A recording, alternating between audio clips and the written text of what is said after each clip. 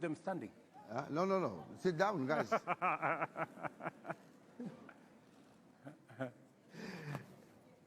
Well, thank you very much for your patience. We had to wait, of course, to have the icing in the cake.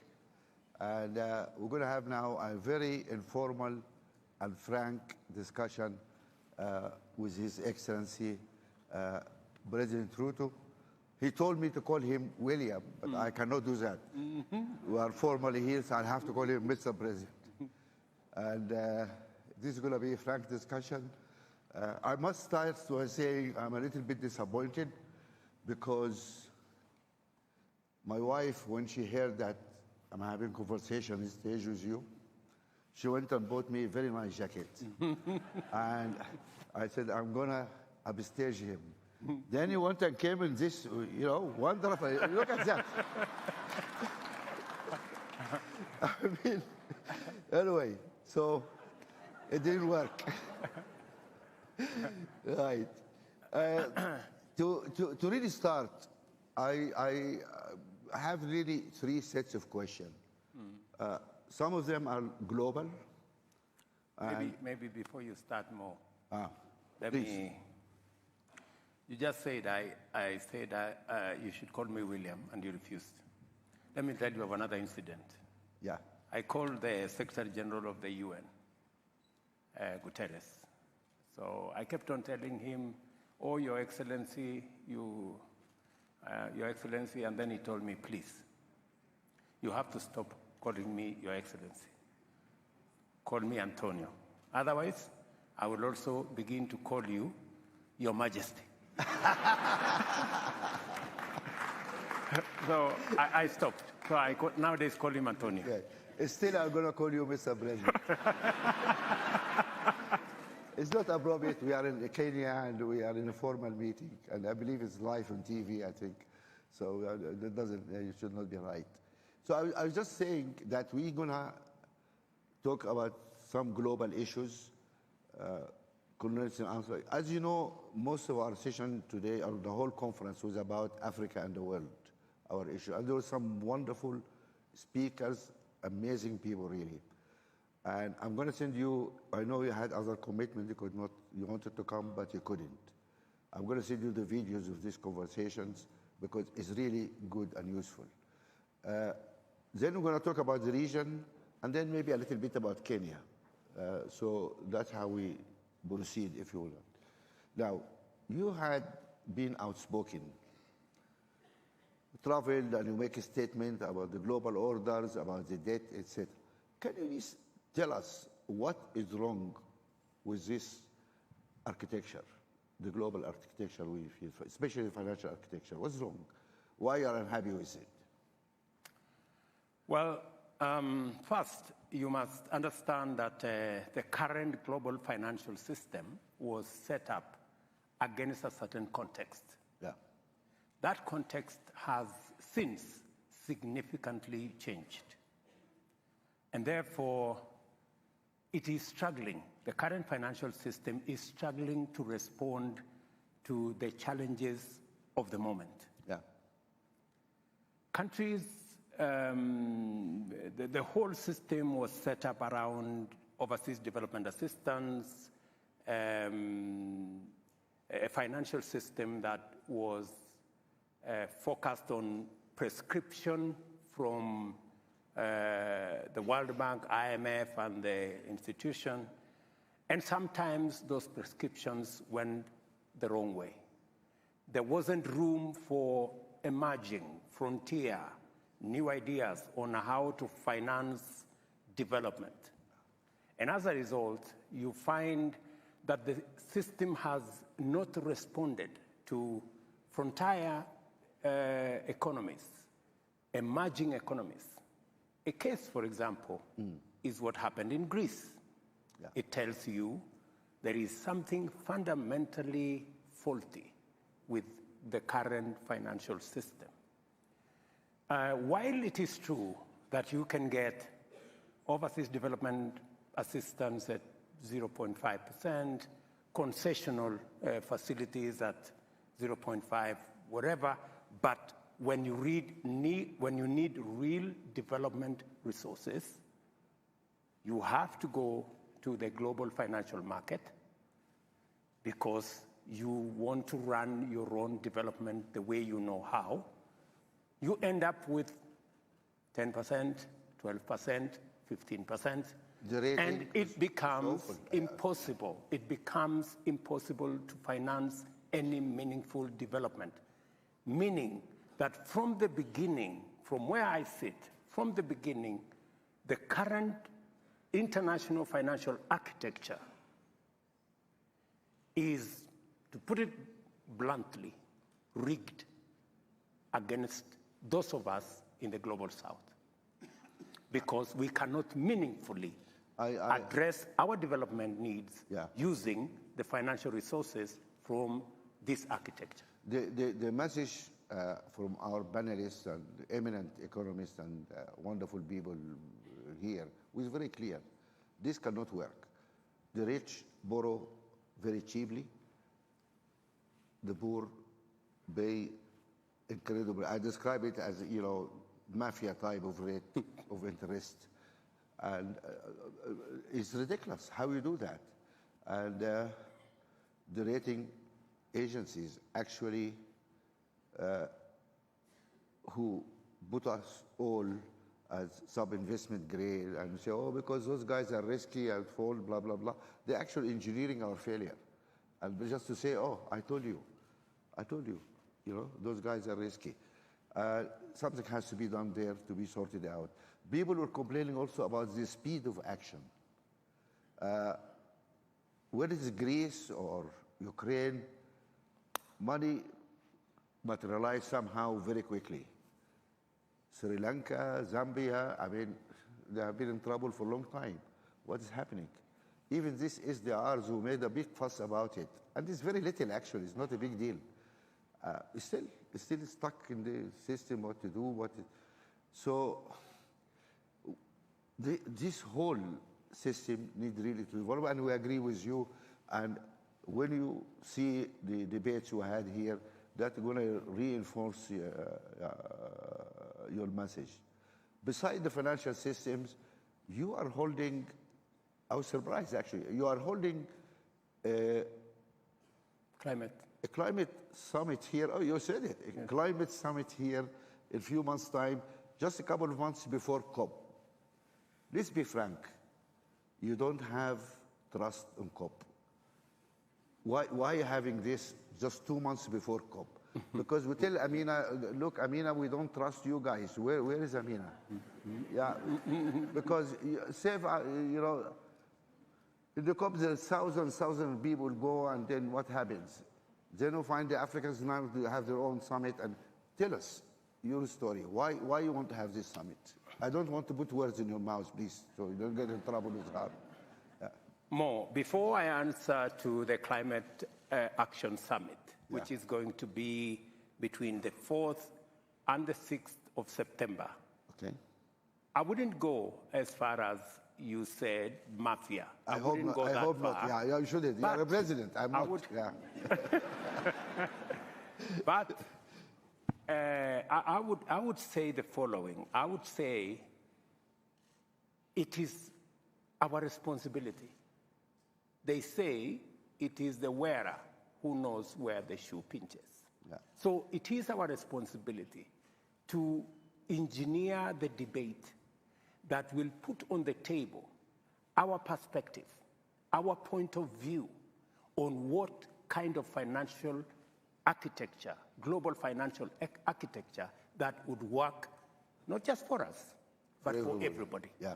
Because it is true that you cannot continue to have the kind of inequalities that are there in the world, because that is why you have all this migration left, right, and center, and you can never have peace until everybody has peace. Yeah.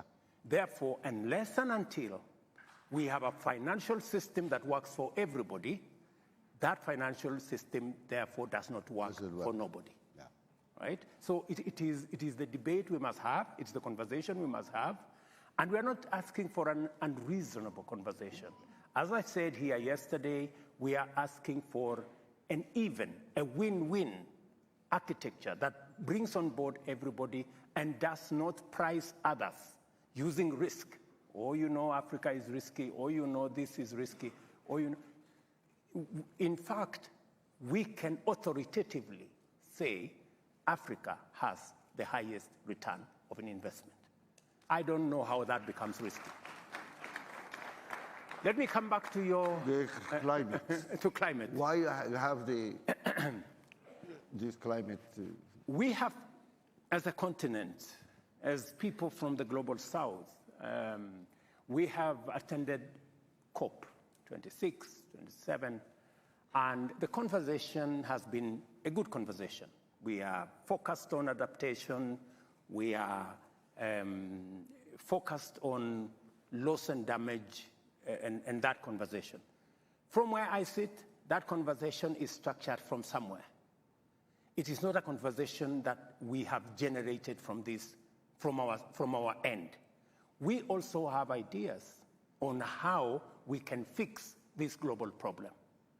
And why we are having the Africa Climate Action Summit in Kenya is because, first, I'm the chair of the Africa's heads of state on climate change. Okay. And therefore, it gives me responsibility to work on Africa's position when we go to have a conversation with the rest of the globe. That's number one. But much more importantly, yes, it's good for us to have a conversation about loss and damage.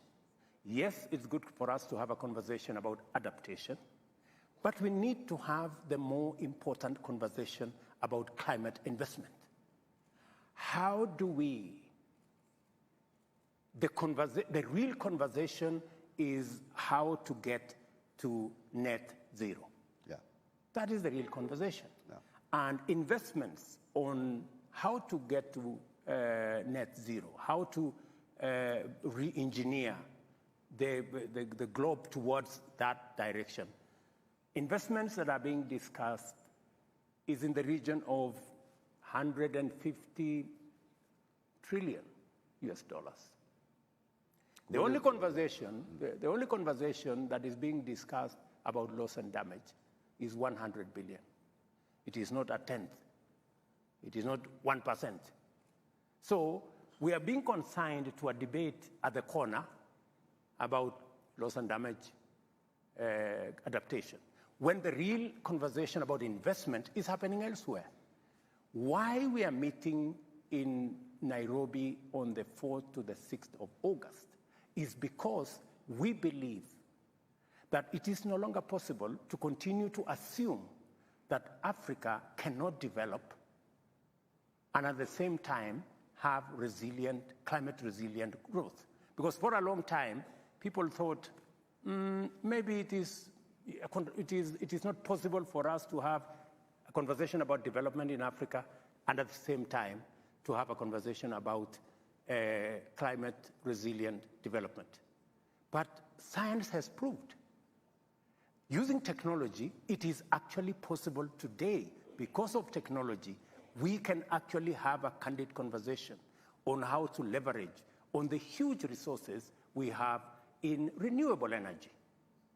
There were people who thought that it is not possible to decarbonize our manufacturing or to green our industrialization using green energy because it was expensive to have panels. It was expensive to have wind technology that could actually harness the huge resources we have in our continent to drive our development.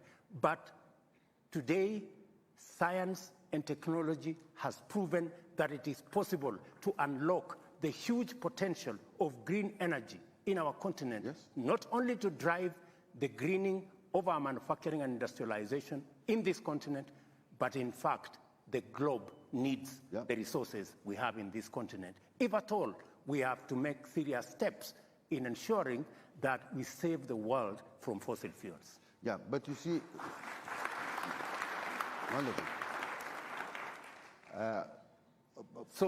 Do you understand why we are going to have this conversation on the... More. Yes, It is very important because yeah, we want yeah. the world to understand that we do not want to come to the table as victims. Or, you know, or... That's not what we want to do. We want to come, we have our own ideas. We believe we can make a contribution towards sorting out this global challenge. It's affecting us the most. We have contributed the least, but that is not the conversation. We are telling the globe that we have ideas on how to sort out this problem. And we want Africa to be part of the answer. We are not going to accept to continue to be labeled as victims. Good. But here is let me just be devil advocate. We have been talking about loss and damage, and those guys pretended they don't hear us. They don't want to accept any liability. And to my understanding, I think it's only Denmark who accepted. I mean, I am correct to say only Denmark accepted, and it was like a couple of millions, you know, just some small, you know. Those guys refused to accept. Here is another proposal. Okay, you guys keep fighting the loss and damage. I don't believe those people will accept that discussion because they don't want to accept it. Here is another suggestion. Just look at what's happening now.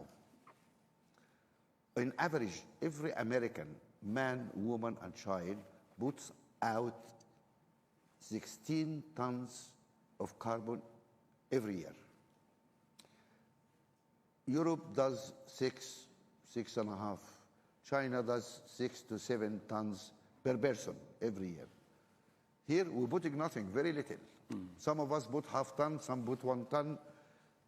South Africa is the only country in Africa which put something out, which is like 6 or 7, like Europe, or because using a lot of coal. But that's an outlier situation. 53 countries were not putting anything. How about this argument? The world today puts out 37 trillion tons every year. And scientists say, no. You should be maximum at something 24 if you want to move towards net zero. If we accept that number, we are 8 billion people on the planet. And if we are all equal, and there is a question here, if our friends accept that we are all equal, but let's assume we are all equal, then every man, woman, child in the world is entitled to 3 tons. How about this assumption? We say, okay, 3 tons is the limit. You guys put out in Europe 6 or 7 tons per head. You need to pay into that trust the excess, 3.5 tons per person, multiply by 450 million, multiply the price per ton, you put this money here.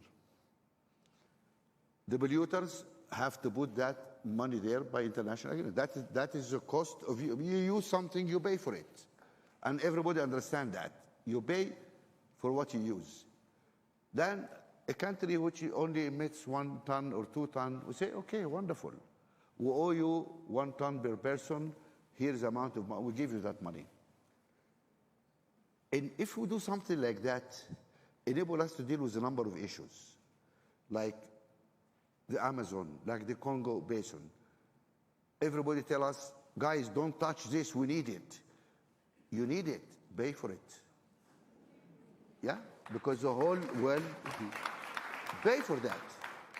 So we need to create that legal trust where money will be given to the guys who are not putting the carbon out and taken from the guys. That creates a market incentive. My point of view is that those guys taught us about the market. And they told us the market, the power of the market, etc. Even our Chinese friend, and we have a dear friend from China today, told us China may be a communist country, but it believes in the market. Correct? He said that. Okay, this is a market. Let the market force play out. The polluters pay because they are polluting right now, and now they have the incentive to stop polluting because they're paying a lot of money. And the developing countries, which is not putting anything, have good incentive to keep receiving money and to stay as good guys and go green. Why aren't we deploying the market forces and producing some kind of a global system where the polluters pay for what you use? And the guys who are going green receive compensation for that. If we look at that, the countries which are actually affected by climate change are all poor countries. And they are all non-polluters. Then they're going to receive a lot of money. Guys, go and build your resilience and go green, etc. That is a very simple thing. And then people don't treat payments as charity. I think the problem is the polluters. When they say, oh, give you $100 billion, in their mind, it's a charity. You know, okay, I'm going to help you guys, you know, you are victims. But, you know, this year we have crisis here, we have COVID, we have that. I cannot do it. But if it becomes illegal agreement, it's not a charity. You pay for what you use. Would that be something we Africans should advocate? We say, guys, just pay for what you're doing. Instead of thinking that you're giving us charity. It's not a charity. Anyway, something to think about. But what is important, I think, is to try in your summit to develop a coherent African voice. We need one coherent African voice. 1, 2, 3, 4. And instead of going with 54 very weak voices. That's how to amplify, and I really look forward for that. Thank you. So that was about climate, and we talked about the rigged financial system. Then actually, the global order, or maybe you call it now global disorder, things are different now. And polarization, you know, the things are changing around us. How Kenya is going to navigate now when you have all these competing powers and a lot of antagonizing going on between these powers? I imagine you are pulled this way and you are pulled that way and you pressured here, pressured. How are you going to navigate that to maintain the best path for Kenya? Well, I think you made a very powerful point. I don't know why you don't want me to respond to it, because... No, you're free to respond to anything. Did I stop him responding? You have the mic. Because you have made a very powerful point about emitters and what do we do about this whole space where we're having a conversation and it's not quite coming out, and it's looking like, as you put it, it's charity. We're trying to help those guys. They are victims. You know, they are affected. That kind of conversation. And I really wish what you're saying would happen, because Kenya would be among the countries we would be receiving a big check, because our grid is 92% green. So we would be looking at that opportunity. But because of the way things are, you know, and we have to be brutally realistic about what is it that we need to do. I think the first step, even before we go that far, is we need to do carbon pricing. Yes, absolutely. That's where we need to. Yeah, and what I'm suggesting is carbon pricing. Yes, we need to do carbon pricing. It must be understood so that it is empirical, it is scientific, that this amount of carbon amounts to this. Yeah. Step 2, we need to work on carbon markets. That is all we're asking. We need to work on carbon markets. And these carbon markets must be worked on with integrity.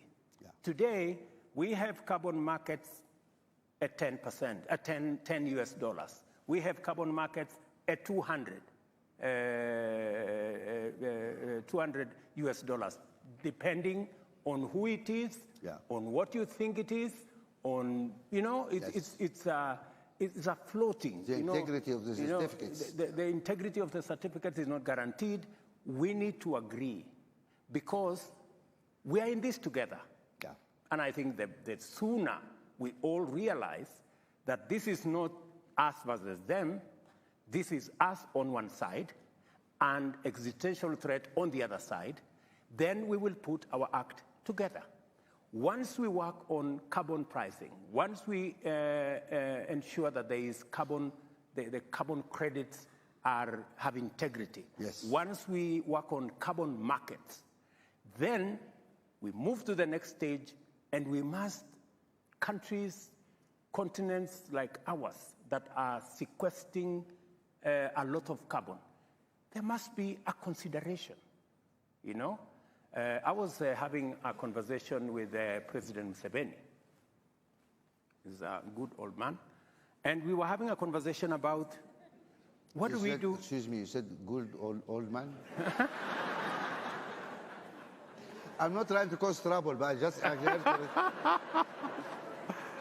I was having a conversation with him because he's my neighbor. I know. And I was in Uganda the other day. So we were having a conversation, and he was telling me how he's working on making sure that he gets the oil out of the ground. He's working on a refinery. He's working on a pipeline.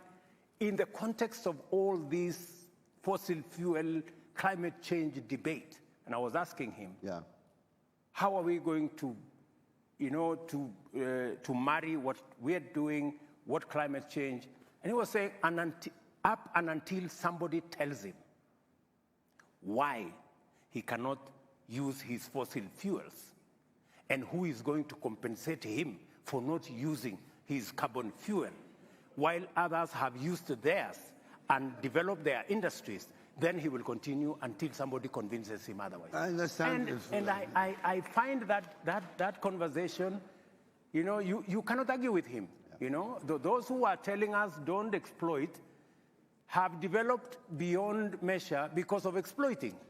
And then, all I'm trying to say more is we seriously must have this conversation. I have taken the decision in Kenya that we are not going to exploit. We have oil in Turkana. We have worked with tallow oil, but we have said we will not go that direction because we want. But when we say we are not going, when we forgo our resources, what do we get for it? There must be a candid conversation. So what happens? So that it is not a conversation of, you guys, you cannot do this. You have to keep the forest. You have to keep Lake Victoria. You have to invest in the environment. And we are doing all this so that what happens? This is the conversation more that we need to have. And hopefully we will get down to the bottom of it, and we will get a balanced conversation so that we get the benefit of the carbon sequestration that is going on because we are not emitters and we are not contributing to the emission. And I couldn't agree with you more. The principle, even in Kenya, is that emitters pay. And that's how it should be. Absolutely. And I was smiling before because when you talked about the carbon market, because tomorrow we are launching an initiative here about the African carbon markets, and it's going to be led by two very competent people. Dimalola, is she here? Dimalola? Where is she? She gone to sleep. And also we brought the man who designed the European carbon market. Okay. And we launch it because we need to find a way to really produce acceptable qualification for our certificates, because it is very low priced. And why we pay so much for sequestering so much carbon here, but you pay double, triple amount if you do it somewhere else? It's the same stuff, but it's the issue of the companies who produce these certificates to actually bring them on board also to see how we can improve that. But that's also one step in that direction.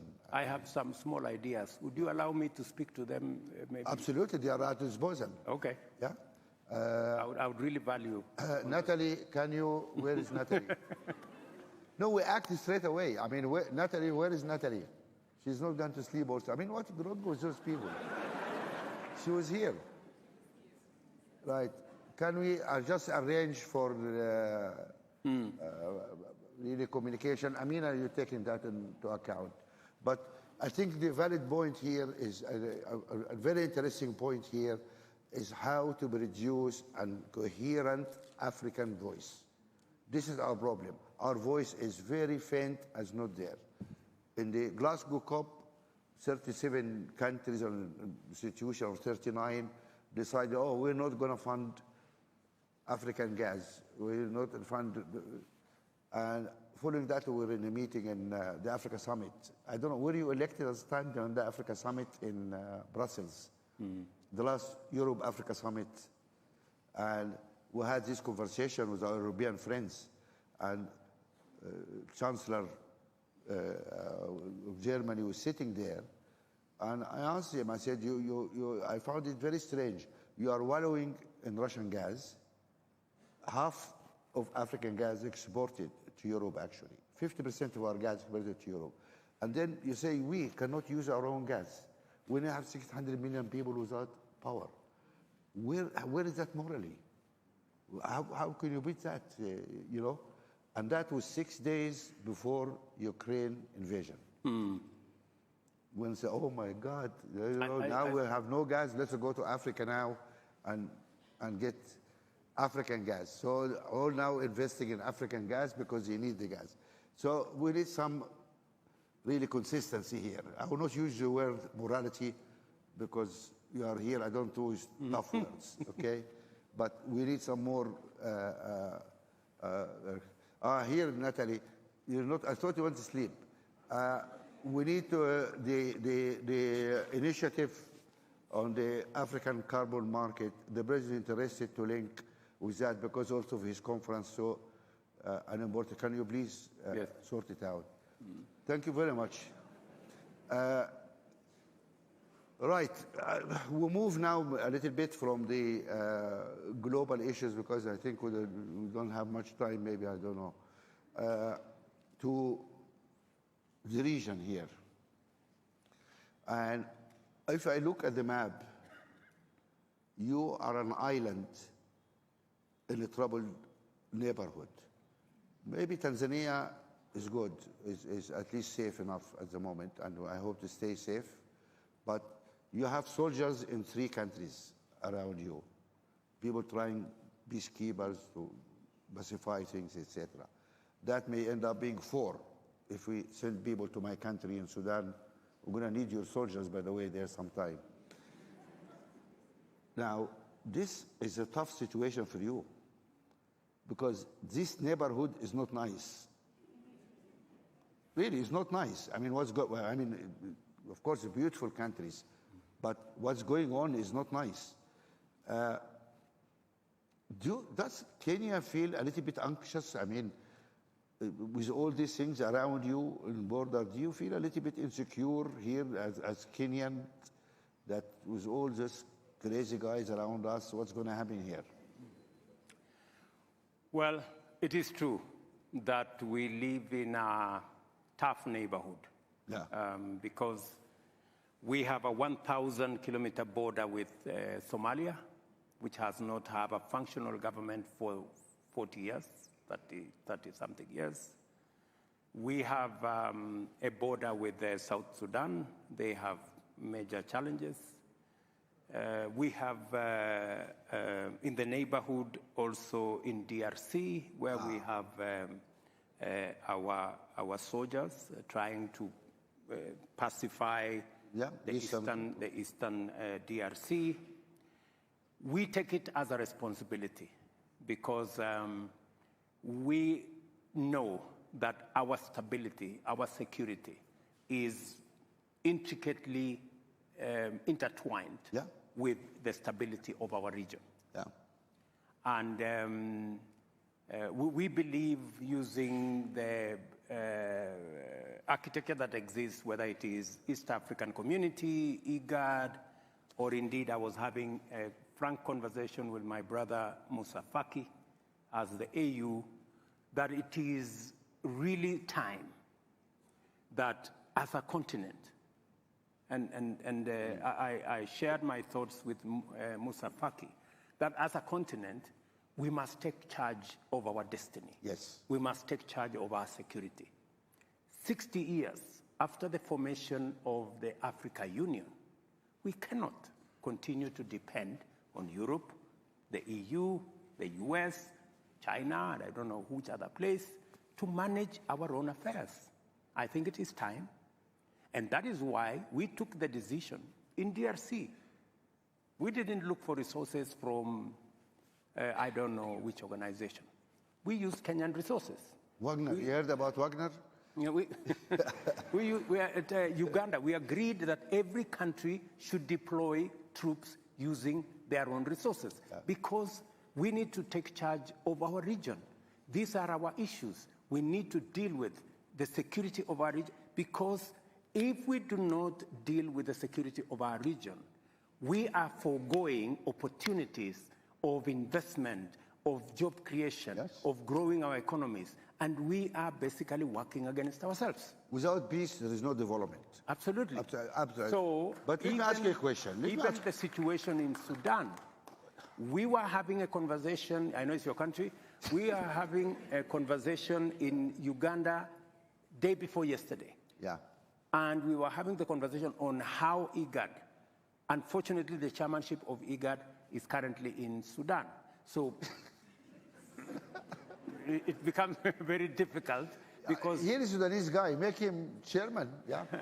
In absence of a legal government, we volunteer this guy. In fact, when Sudan was given the chairmanship, it was because of Hamdok here, when it was a civilian government. But now we have a general, you know? So that is our region. So we were having that a candid conversation because we believe it is our responsibility. Yeah. We were having a conversation with Musa yesterday because we believe as AU, we should sort out these problems. Let me ask you a question here. And we have what it takes to sort out these problems. That's wonderful, but instead of one country bearing the brunt, I mean, this is costly also. It is. Developing your boys to go and do this, I mean, it's very costly. There was a proposal many years ago, and correct me if I'm wrong, our chairman. You guys decided to have a standing army for Africa. And that was many years ago. Where is that army? Why? That was a decision made. People said, look, we need, if there is terrorists took place here, these guys took over this country, we need to have a ready standby force, which ready under the command of the African Union, and it will go and do it. And instead of sitting back, oh, France, come help, Britain, America, come help, why those guys should come and help us? They should not come and fight our wives? They should not come and help us. It's our own fights. And then we brag. We say we have half the world population in young people. Where are those young people? Go and fight your country. You know? And so maybe we bring you the conversation. My brother Musa, tell us, where is your army? I think we should not disturb Musa. Musa, I perfectly understand. He's your friend. No, he's not.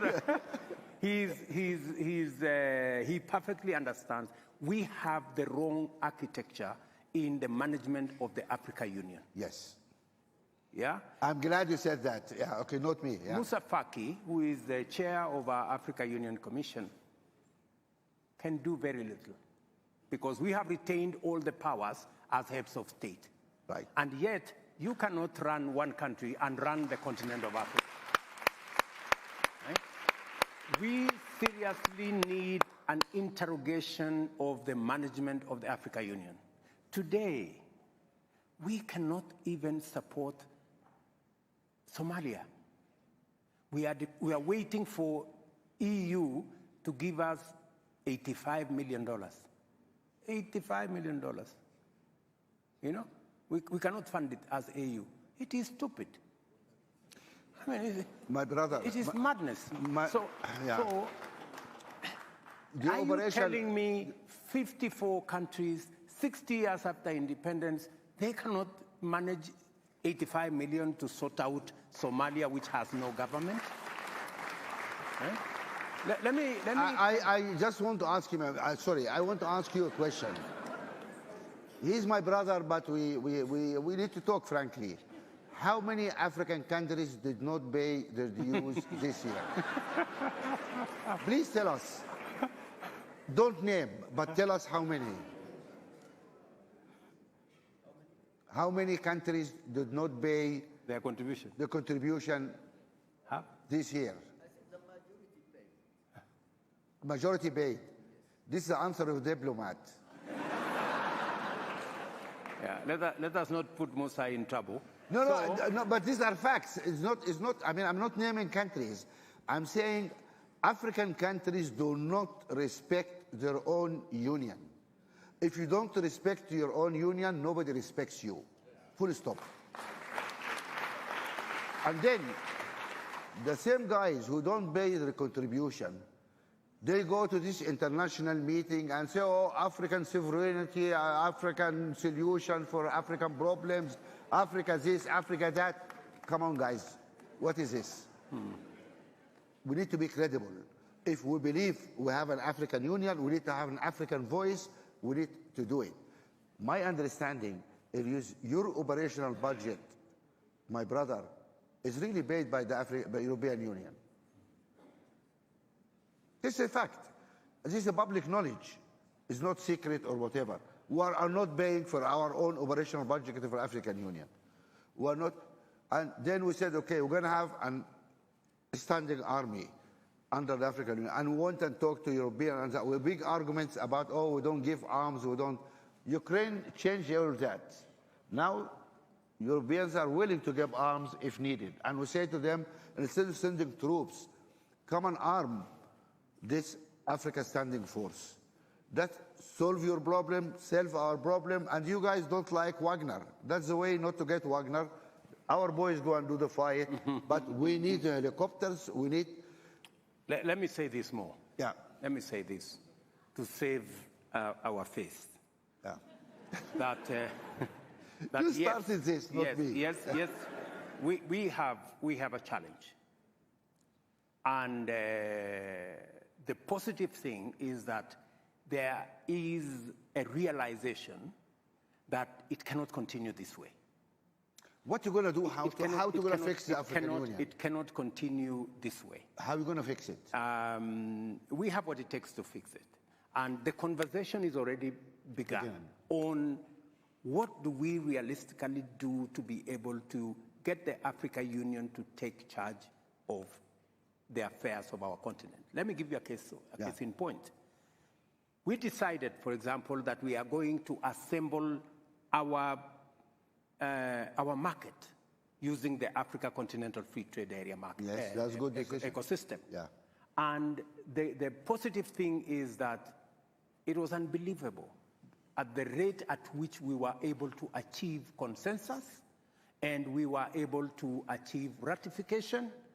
And I want to tell you, it is among the things that happened in the shortest time possible.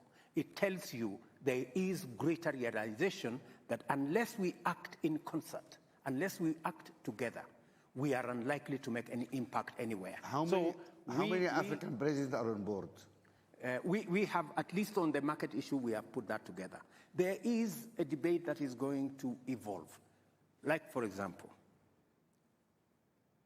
we have also decided that it will not going to be business as usual. We have these meetings, Africa, US meeting, Africa, Europe, Africa, Turkey, Africa, India. Now we are waiting for, there is another one, Africa, Russia. And Africa, Japan. And Africa, Japan. We have made the decision that it is not intelligent for 54 of us to go and sit before one gentleman from another place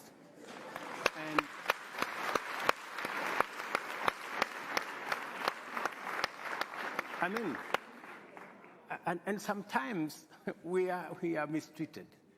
Yeah. You know, we are loaded into buses like school kids. You know, and it's not right. Well, you are summoned, you know. It's not right.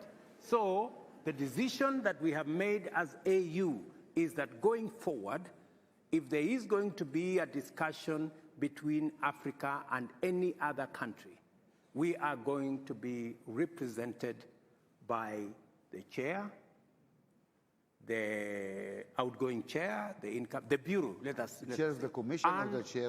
And the chair of the REX, and we have 5 REX. That should be sufficient for, I mean, a meeting of maybe 6, 7. Yeah. That should be able to represent Africa. And that is the position I am taking as the president of Kenya. For any other meeting that we are going to have with all these requests, that we have a meeting between Africa and one other country. We respect the sovereignty of others. I think to ask for reciprocation is not to ask for too much. No. And for us to agree that let us have this kind of setup. The only, because I had a conversation with President Kagame, and he actually led that particular position. I have had a conversation with Prime Minister Abiy. He believes very strongly that that should be the position of our continent. Because, as you have said, if we don't respect ourselves, nobody is going to respect us. And we should be able to take that kind of decision. Yeah. And part of that respecting ourselves is when we say African problems, African solutions. We must be serious about the solutions. It cannot be rhetoric. It cannot be talk. It must be accompanied by what realistically and practically we are doing. And what is our capacity? Yeah. No, this is wonderful. But just one question. Why are you having this discussion in closed rooms? Why don't you bring civil society, all those people in this discussion? Because we can also put pressure on our leaders or whatever to behave in a better way. African people need to tell their presidents, we care about Africa. That should be a priority. Unless we act really together, it doesn't work. And in the reform agenda of the African Union, if you and your colleagues are proceeding that way, there need to be really a serious discussion about the structures and how Africa is. One problem is African countries refuse to cede any sovereignty to the African Union. So African Union cannot sign a trade agreement in behalf of Africa. Then the African Union go and meet the European Union.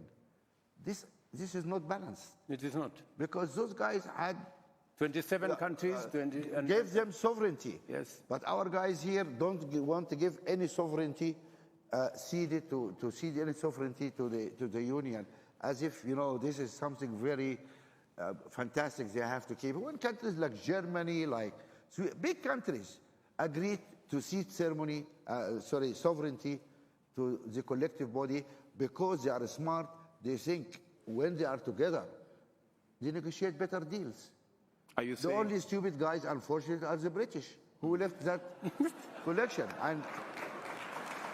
But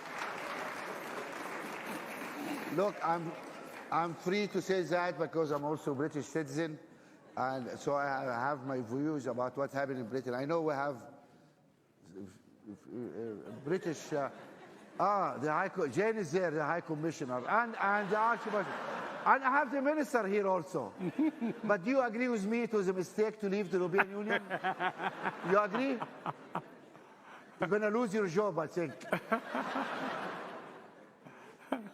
Anyway, BBC is not here, don't worry. Nobody watch Kenya TV, so don't worry. Anyway, so no, it's not a joke. I mean, it is truth. I mean, it is a mistake. Together, we're stronger. We do things better. And that's what we need the African people to press their governments. We need to be stronger. We need to have our union. We need to cede some of our sovereignty for the African Union. I'm not losing sovereignty because our collective sovereignty is huge. is huge. Then we are somebody which can be respected around the world. We go out there in Europe, oh, we Africans, we African. I want to ask you, seriously, what do you mean you are Africans? You are South African, you're Nigerian, what do you mean you are Africans? Where is your government? What decisions you are able to make? What is Africa? Unless we have an African Union and a joint, a will, and then it doesn't work. So you made commitments now in front of all these people who are going to fight for that case. Is that correct? You have my commitment, and not just me, by the way. I think a critical mass of African leaders is building on how we should act together.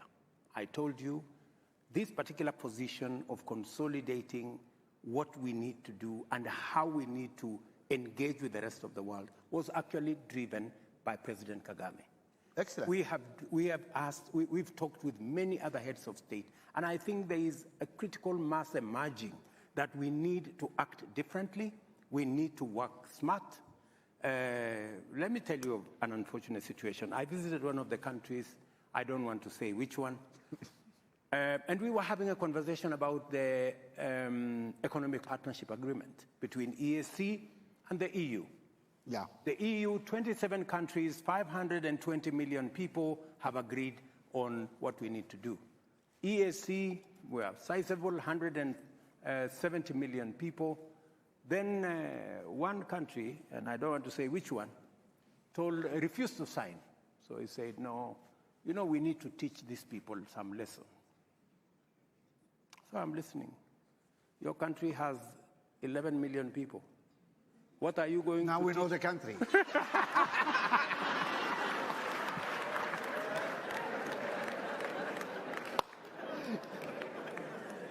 Anyway. So what are you going to teach 520 million people who are supposed to serve as your market? Really?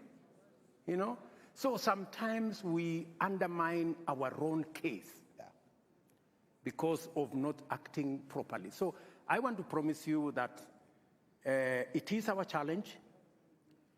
The realization alone that we have a problem is halfway the solution from where I sit. So we know that we have to change stuff. We know that we have to act in a manner that makes sure that we secure our interests, because the whole discussion, the whole discourse is about interests. What is our interest? How do we protect our interests? Because everybody protects theirs. Yeah. So this is awakening, and I think the engagement of Africa with the rest of the globe is going to change. That is why, for example, we are having the Climate Action Summit, because we want to go to the UN.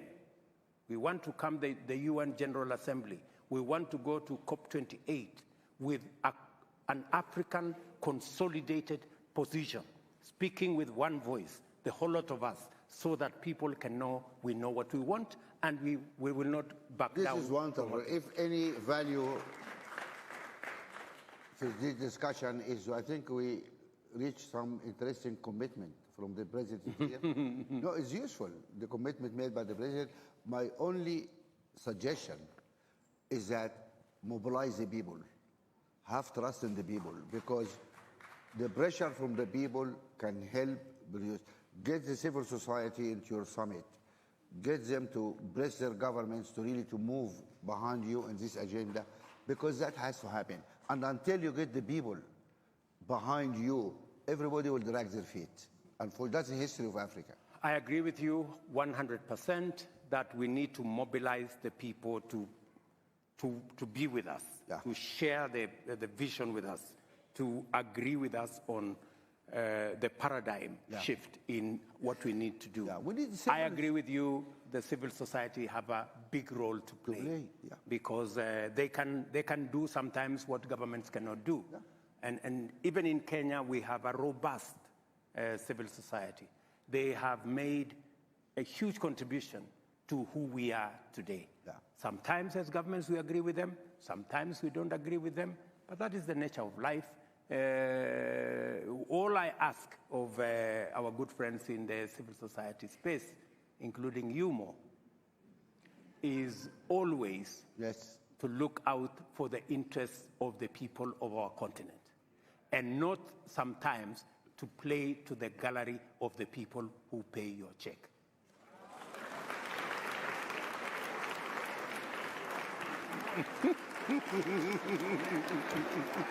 What are applauding for? What you guys are applauding for? We're going to have a discussion here about civil society. We had a session actually with non-state actors here. We had the president of 5 of the biggest foundation in the world.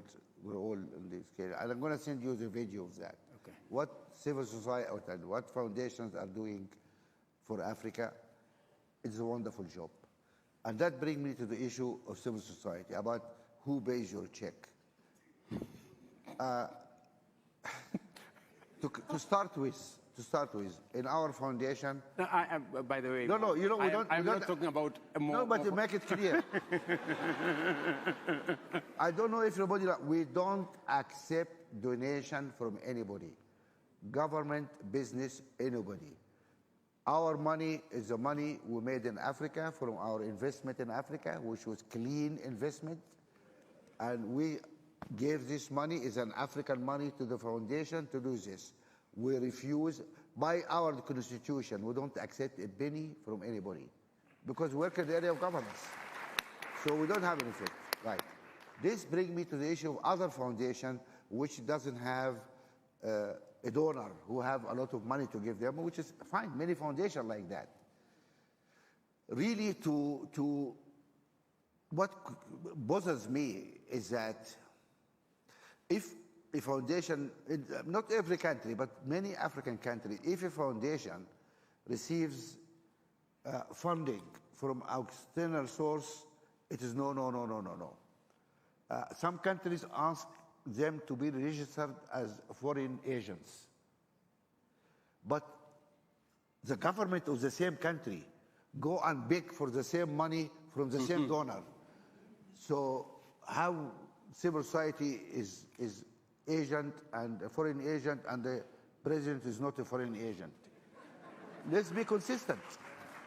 You know, why the government accept donation, but the people cannot, civil society cannot have donation?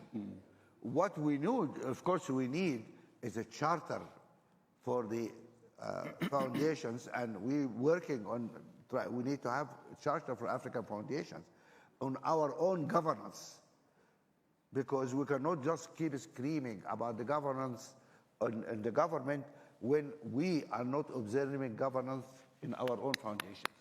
We have to do, I accept that, and that should be the way to work. And I think we need to find Kenya. They have let me speak for Kenya. You guys are let me fighting this based on civil society, frankly. Let me speak for Kenya. Yeah. The same way you have made a disclosure about more foundation. Yeah. Let me also make a disclosure about Kenya. Please. We don't require the civil society to make any disclosures to government on who they get money from, how they use it. It is their business. All I said is we just the same thing, governance. You demand of us governance, rightfully, legitimately, and that's the right thing to do. The same should be demanded of civil society, the way you have said. Agree, but Mr. President, I think, I'm sorry about my ignorance. I hope you have a charity commission here, because charity needs to state an annual financial return, exactly how much money they received, from where it went, how much paid their directors, how much paid their... That is a requirement worldwide, everywhere.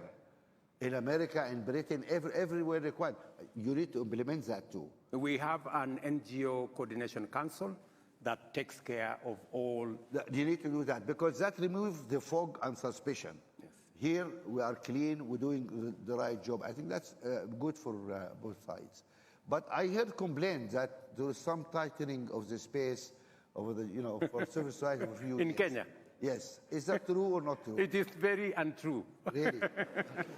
And I think the civil society must be somewhere in this room. If there is any Anybody in civil society want to challenge this statement? Listen, we'll guarantee your safety. Don't worry. Yeah. I heard you had some rogue police unit here, which carry some execution stuff. But I disbanded on day one. So guys, don't be afraid. Stand up and speak. No, nobody's speaking. Anyway, fair enough. You don't need any further evidence. No, that's fine. It's good, but I have to raise the question because somebody, we need to have a proper conversation. It's good. One thing worries me about is the. Don't upset. Yeah, I don't want to upset you, or so please allow me. You Kenyans are hot-headed. I mean, what is going on in the streets here? I mean, why don't you cool things down? What's going on? Convoys here and tear gas and this. What is, why don't you, you can see, I call you hot-headed. I call our people in Sudan stupid and criminals because we went too far. You look at our example and, cool it down. I mean, why aren't you talking to each other? More. You see, we have a constitution that provides for how we conduct ourselves. We have institutions that make sure that everybody lives by the rules and operates within the parameters of the law. We had an election, and it was observed by the international community. It was accepted. In fact, my predecessor said, I think a day ago, that he handed over to the gentleman who won. Yet his candidate, the candidate he was supporting, is in the streets complaining that the election, he doesn't know how the elections went. So if the chairman of Azimio, the former president, has told the country that he handed over to the gentleman who won, yet his candidate has a problem with who won the election, I think they need to have a small conversation between the chairman and his candidate to tell him, gentleman, I handed over to the gentleman who won, let us stop the demonstration. But that's not happening. But that's not the case. I did take the step, as president, to deal with the situation because they raised 4 issues. Issue number 1, the high price of food commodities. You know as much as I do that that's not a Kenyan problem. But I said, okay, let's have a conversation. They raised number 2, that that they're not satisfied with the outcome of the election. We all went to elections. The international observers were there. It was validated by the institutions of government, the institutions of the Constitution. The Supreme Court validated. 5 months after the election, they said, there is a whistleblower who has now said he has given different results. In which country, more, is elections determined by whistleblowers? I don't think there is any such country. But I took the step to say, okay, let us create a framework. I reached out to the opposition and said, let's have a framework where we can have a conversation about the issues you are raising, right? And I extended an olive branch. I went on national television. I offered, said, let's have this conversation. They accepted that let's have this conversation. And before the conversation could start, they said, no, we don't think you are sincere. We don't like one of your members. They didn't like, I saw the paper. If you are having a conversation and you need everybody on the table, you cannot say, I don't like so-and-so.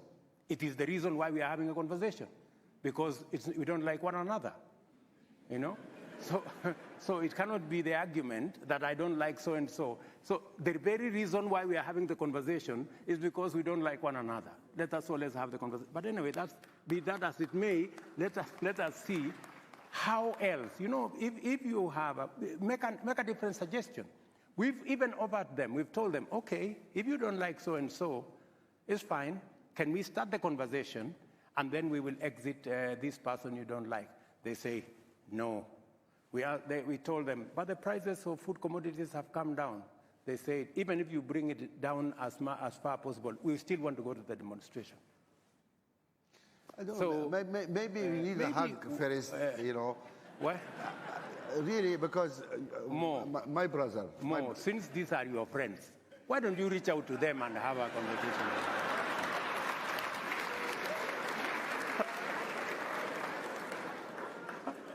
You are all my friends. Yes, we are. You are my friend, and Uhuru's my friend, and Raila's my friend. Correct. We're all brothers. Correct. Okay? I already reached to our brother Raila, and I'm inviting him to come and have lunch. I said I'm going to buy him a great lunch. Please. To come. I don't think I don't know where is he. I haven't got confirmation yet. Because I would like to meet him. Uhuru, my other brother, unfortunately, he's changed his mobile number. I cannot reach him. So if he hears us here, Uhuru, give me a call. Yeah. No, because we need just to talk. I will look brothers. for his new number and give you. You have his number? I will get you it. You are friends then. Yeah. No, because to be honest, and please forgive me, I'm not a Kenyan, but maybe it's much easier for me to say this because I'm not party to what's going on here. Please, guys, you have kids need education, you have people need food, you have jobs, you have a lot of issues important here. All this is hot air and squabbling or personal. Let us work for Kenyan people. Absolutely.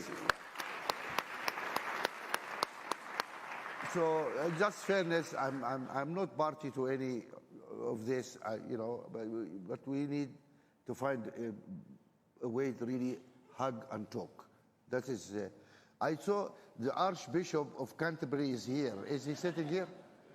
You have a job here to do. I mean, and he's the our friend. Archbishop, that's your job. You need to go and get people, hug them, and, you know, do a prayer or something. I mean, come on.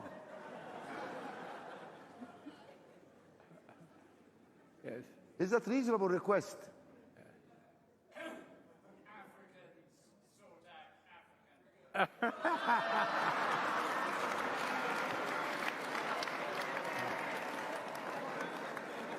I don't understand, but I thought Christians also sort Christian people. This is your flock, isn't it? Anyway. Well, I see you are running and out actually, of time. Actually, yeah. One of my competitors is actually an Anglican. So I think the Bishop of Canterbury can do a very good job there. When you come for lunch with us, join us for lunch. Maybe you can, you know, start a conversation. And you can start with a prayer. Anyway, we'll try. I mean, when we couldn't do it, then we hope God can do it for us, you know, but he's reluctant, you know, so what you do. I don't want to take too much of your time, but before I go, just another personal question. I hope you don't mind. It's okay. More. My daughter the other day, you know, she told me, do you mind if I call myself first daughter? And I said, what is first daughter? She said, oh, you're going to meet President Ruto. I said, yes. She will ask him, what's the first daughter? What is this first daughter thing? Do you have a first daughter? I think, Mo, you are harassing me. I'm not harassing you.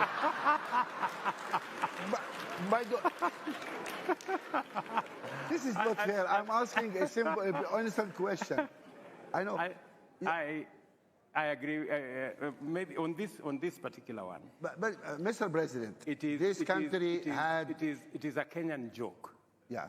Because my innocent daughter Charlene put on her Twitter account. And I asked her, why have you put this password? She says there are, I think, what are those accounts that are duplicate? Parrot or something? I don't know. I'm not very, yeah. There are so many accounts in her name, which she has nothing to do with. I see. Fake accounts, yeah, okay. Fake accounts. So I told her, but you know, this will be misinterpreted to mean something else. But she says, that's how I have chosen to do it. And I think let us just leave that to be. So, okay. But are you telling me that you have no intention of creating a third dynasty here? I think I think the people of Kenya have moved on.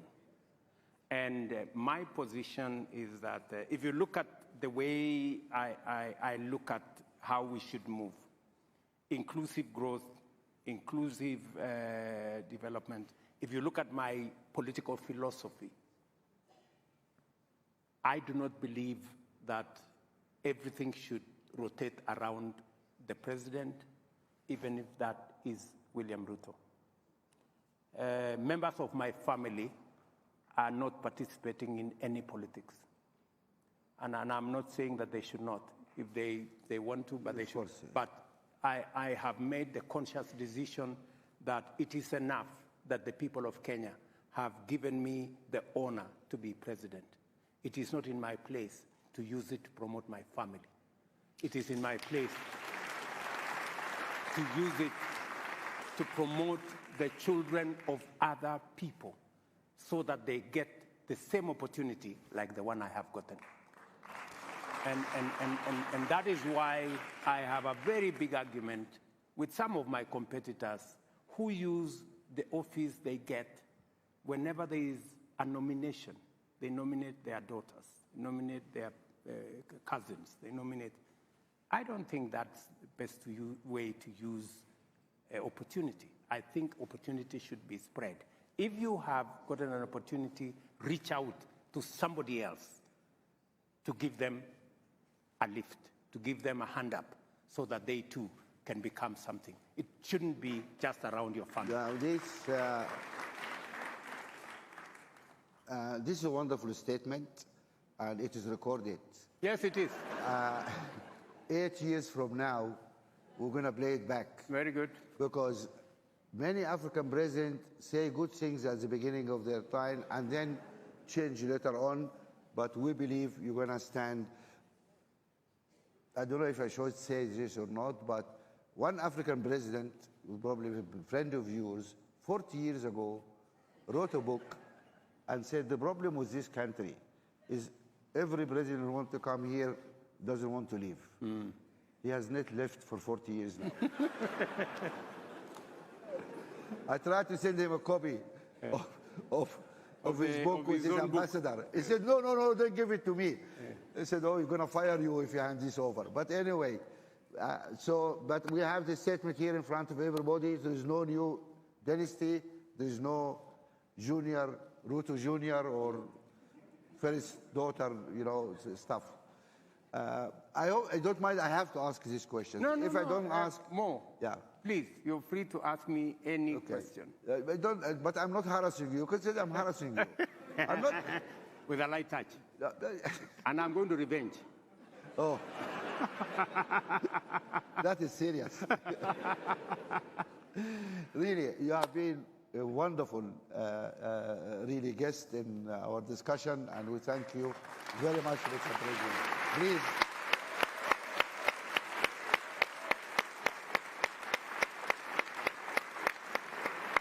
Thank you. Thank you very much. You have been wonderful. Thank you. Really. Thank you. Thank you. I think people love that. Thank you. Thank you very much.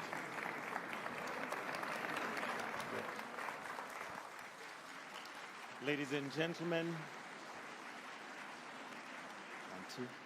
ladies and gentlemen, another hearty, warm clap for Sir Mo Ibrahim and His Excellency, the President, Dr. William Samoei Ruto.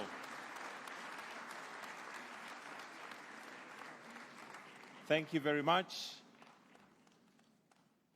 and at the appropriate or penultimate time, we shall remain standing as we allow them to exit at their own pleasure. We've come to the end of this session. Thank you very much, ladies and gentlemen. Have a wonderful evening.